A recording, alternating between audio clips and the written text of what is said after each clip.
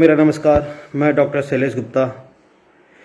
दोस्तों, इस वक्त देश की जो हालत है, हम सब हॉस्पिटल्स में जो अपने आंखों से देख रहे हैं वो बहुत ही दयनीय है। हर मिनट हर सेकेंड एक एक मौत जो है हो रही है।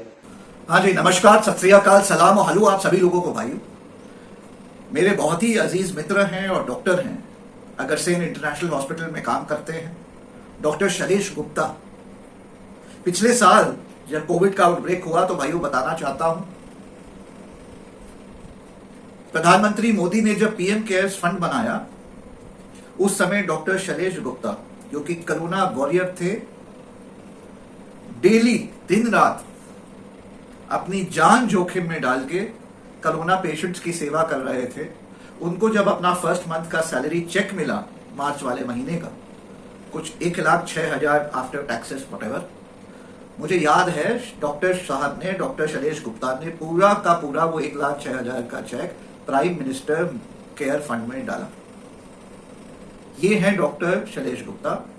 कहीं से मोदी भक्त नहीं है, लेकिन पीएम केयर फंड में उन्होंने डाला ताकि कोरोना पेशेंट्स का कुछ हो सके, कुछ कल्याण हो सके। आम आदमी पार्टी के साथ अलाइन करते हैं, भाजपा से दूर दूर का नाता नहीं है, समझते हैं भाजपा की असलियत को।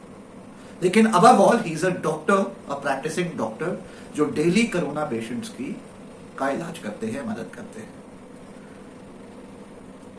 बिना समय नष्ट किए आज 2021 में डॉक्टर शैलेश गुप्ता एक मैसेज आप जनता, खास करके दिल्ली निवासियों को दे रहे हैं। मेरा आग्रह है आप लोगों से, मेरी रिक्वेस्ट है कि इनका ये कुछ 4-5 मिनट का मैसेज है, इसको गौर से सुने, क्योंकि ये वो डॉक्टर साहब हैं जो ग्राउंड सिचुएशन में हैं, पेशेंट्स का इलाज कर रहे हैं। जो रियलिटी है, जो सच्चाई है कोरोना को लेकर के, कोरोना सिचुएशन को लेकर के, आज दिल्ली में इनसे ज्यादा रूबरू कोई नहीं है उस सिचुएशन को लेकर के। आने वाले 4 मिनट जो डॉक्टर साहब बोलेंगे, इनकी बात गौर से आप लोग सुनिएगा। मैं आपको डराना नहीं चाहता हूं, मैं नहीं चाहता कि आप वरिड हों, लेकिन इनकी बात गौर से सुनिएगा और जो भी ये सुझाव दे रहे हैं उसको फॉलो करिएगा, क्योंकि ये ग्राउंड सिचुएशन से सबसे क्लोज हैं। Over to doctor Shailesh Gupta. मेरा नमस्कार। मैं डॉक्टर शैलेश गुप्ता। दोस्तों, इस वक्त देश की जो हालत है, हम सब हॉस्पिटल्स में जो अपने आंखों से देख रहे हैं वो बहुत ही दयनीय है। हर मिनट हर सेकेंड एक एक मौत जो है हो रही है। कोविड से कम ऑक्सीजन के वजह से ज़्यादा मौत हो रही है। हॉस्पिटल के बाहर लंबी लाइन होती है एम्बुलेंस की। वहाँ पे जो पेशेंट है वो तड़प रहे हैं ऑक्सीजन के बिना। ये जो हम लोग अपने आंखों से जो देख रहे हैं ना, ऐसी स्थिति हम सब ने कभी कल्पना नहीं की थी। सारे हॉस्पिटल में डॉक्टर की कमी है, नर्सों की कमी है, स्टाफ की कमी है। दोस्तों, आप सबसे मेरा रिक्वेस्ट है, घर से बाहर मत निकलो जब तक कोई ज़रूरी काम ना हो। घर से बाहर मत निकलो। घर से बाहर अगर निकलते हो तो surgical mask double layer, 2, single नहीं, 2 सर्जिकल मास्क आपको यूज करना है। कपड़े वाली मास्क नहीं पहनना है। सर्जिकल मास्क अगर आप पहनते हो तो उसको एक बार पहनो, बाहर गए बाहर ही उसको फेंक दो, दोबारा यूज मत करो। पॉसिबल हो तो N95 मास्क यूज करो।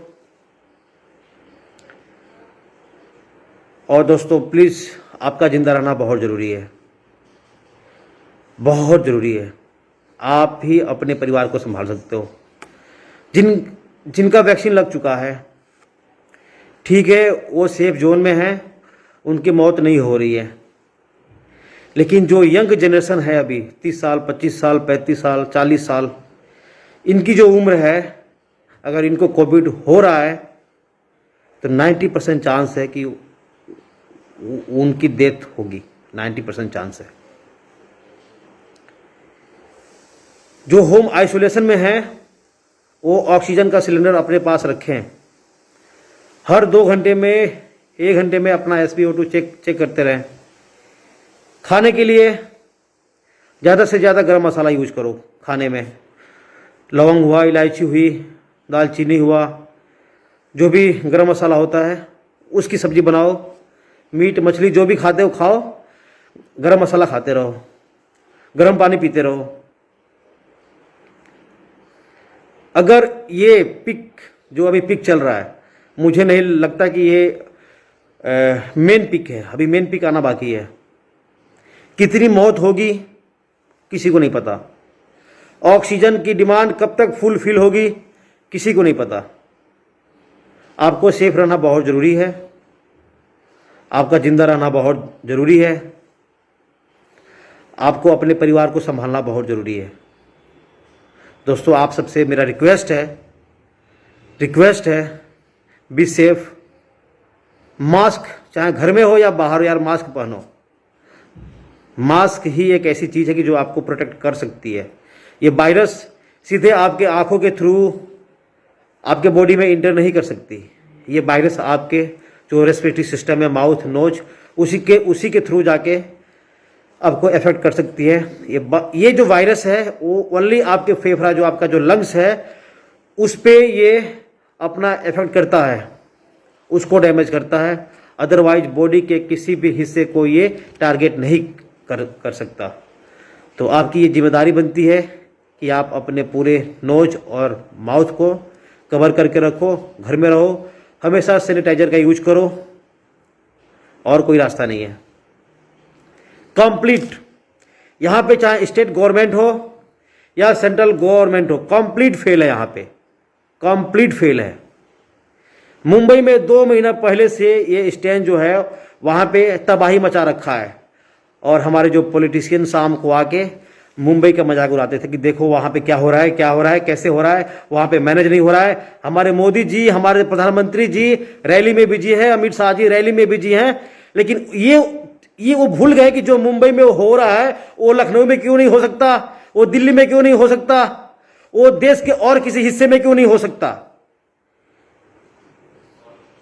2 महीने से, लगातार 2 महीने से उद्धव ठाकरे जी, मैं किसी पॉलिटिकल पार्टी का सपोर्ट नहीं कर रहा हूं, लेकिन लगातार 2 महीने से उद्धव ठाकरे जी पीएम साहब को लेटर लिख रहे हैं कि हमारे यहाँ ऑक्सीजन नहीं है, और इन सब गधों को मजाक लग रहा था कि वो तो मुंबई में है। मुंबई ने जब लॉकडाउन किया तो उसी वक्त इस देश का जो गृह मंत्री है उसको समझना चाहिए कि मुंबई भी हमारे ही देश के हिस्सा है। मुंबई में भी हमारे ही देश के लोग हैं, मुंबई में भी हमारे देश के लोग ही मर रहे हैं। मुंबई हमको इंडिकेट कर रहा था, मुंबई बार बार हमको इंडिकेट कर रहा था, इंडिकेशन दे रहा था कि भाई हमें बचाओ, नहीं तो तुम भी घेरों में आओ, तुम भी लपेटे में आओगे। और आज ऑलमोस्ट पूरा भारत आ चुका है, ऑलमोस्ट। तो आपको बचाने के लिए कोई भी नहीं आएगा, ना अभी राम काम आएंगे, ना अल्लाह काम आएंगे। आप खुद ही बच सकते हो। 1 मई को जब वैक्सीन जो मोर देन 80 इयर्स और 45 के बीच का जो गैप है, जो ये जो जनरेशन है, भाई कोशिश करके वैक्सीन जाके लगवाओ। ज़्यादा से ज़्यादा जो है अपने परिवार में जो भी उस एज ग्रुप में है उनको वैक्सीन लगवाओ। अदरवाइज अगर कोविड हुआ तो बचना मुश्किल है। मेरे कई सारे दोस्त जो हमारे एज के हैं, मेरे कई सारे जानने वाले अपनी जान गंवा चुके हैं। तो दोस्तों प्लीज़ आपसे निवेदन है, बी सेफ, स्टे सेफ। जान है तो जहान है। धन्यवाद। तो ये आपने देखा, काफी गंभीर बातें डॉक्टर साहब ने करी, और जो सुझाव वगैरह दिए आप लोग फॉलो करें सभी लोग। मैंने ऑलरेडी इनका वो जो सुझाव है डबल मास्क वाला, वो मैंने फॉलो कर दिया है, आप लोगों से दिखाना चाहता हूँ। ये देखिए सर्जिकल मास्क, ये मेरा क्लॉथ मास्क, और ये बड़ा हाई क्वालिटी है, बाहर से मैंने सिंगापुर से मंगवाया है। और ये दोनों को मैं अब यूज करता हूँ। अपने को होम आइसोलेट तो किया ही हुआ है, लेकिन जब भी मेरे स्टाफ से भी, घर के स्टाफ से भी मुलाकात होती है या काम पे भी जाना होता है, तो जब भी मेरा इंटरैक्शन किसी और प्राणी किसी और इंसान से होता है तो मैं ये डबल मास्क का प्रयोग कर रहा हूं इस प्रकार से। ये डबल प्रोटेक्शन देता है, नोज और माउथ दोनों कवर्ड। इसके अलावा भाइयों, जैसे मैं लगातार पिछले कुछ दिन से आप लोगों से शेयर कर रहा हूं कि कैसे नींबू का इंटेक बढ़ाइए, संतरे का इंटेक बढ़ाइए, मौसमी का इंटेक बढ़ाइए, अनार का इंटेक बढ़ाइए, विटामिन सी च्यूएबल जो कैप्सूल्स आती है, जो टैबलेट आती है, उसका इंटेक बढ़ाइए अपनी इम्यूनिटी को स्ट्रांग रखने के लिए। पालक का इंटेक बढ़ाइए, दालचीनी यानी सिनेमन का इंटेक बढ़ाइए, हल्दी का इंटेक बढ़ाइए, घी खाने में डालिए, फिश ऑयल लेना शुरू करिए। ये जो 10-11 पदार्थ मैंने अभी आपसे शेयर करी, इनका इंटेक अपने डाइट में बढ़ा दीजिए अभी बहुत बहुत जोर से। इससे आपका फायदा ही होगा, बहुत जोर से फायदा होगा कोरोना से लड़ने के लिए। एक तो कोरोना आपको छू नहीं पाएगा, और दूसरा अगर आपको छुआ भी तो आपकी रिकवरी फास्ट होगी और आपके लिए जानलेवा नहीं साबित होगा। तो ये तो आप लोग करिए। इसी के साथ इस वीडियो को समाप्त करता हूं। जितना मेरे बस की है, जितना मैं इंफॉर्मेशन शेयर कर सकता हूं जिससे आपका फायदा हो, वो मैं कर रहा हूं। और जो एक्सपर्ट हैं, जो वहां हैं ग्राउंड पे और देख रहे हैं, जो मेरे मित्र लोग हैं, जो जानने वाले हैं मेरे, जो मेरे से शेयर करते हैं, वो मैं आपके सामने ला रहा हूं। बाकी अपना ध्यान रखिए, माता पिता का ध्यान रखिए, बच्चों का ध्यान रखिए, सभी का ध्यान रखिए।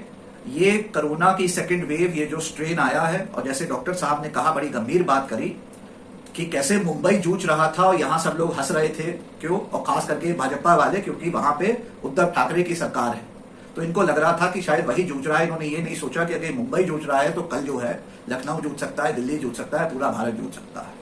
मैं तो एक स्टेप पीछे जाऊंगा। मैं आपको याद दिलाना चाहूंगा कि 2-3 महीने पहले जब लंदन में वापस आउटब्रेक हुआ और एक अलग स्ट्रेन आया और लंदन जूझ रहा था, इंग्लैंड जूझ रहा था, पूरा वो देश, और यहाँ पे सब लोग हीरो बन रहे थे, कह रहे थे अरे कोरोना काल तो अब टल गया, अब सब लोग अपने रेगुलर काम में शुरू हो गए। तो हाँ, किसी ने ये नहीं सोचा कि अगर वो आउटब्रेक वहां हो गया है, वहां वो जूझ रहे हैं, तो शायद वो आउटब्रेक यहाँ हो सकता है। और यहाँ क्यों नहीं हो सकता है, किसी ने पूछा नहीं, किसी से सोचा नहीं। और वही लंदन वाला आउटब्रेक फाइनली इंडिया में, मुंबई में आया, और मुंबई से पूरे भारत भर में आया है। यही सच्चाई है। और कहना बस यही चाहता हूं कि बड़ा एविडेंट है और बड़ा क्लियर है कि ये जो सेकेंड वेव है, ये ज्यादा डेंजरस है फर्स्ट वेव से। इसमें जो मृत्यु हो रही है वो बहुत ज्यादा हो रही है in comparison to last first wave.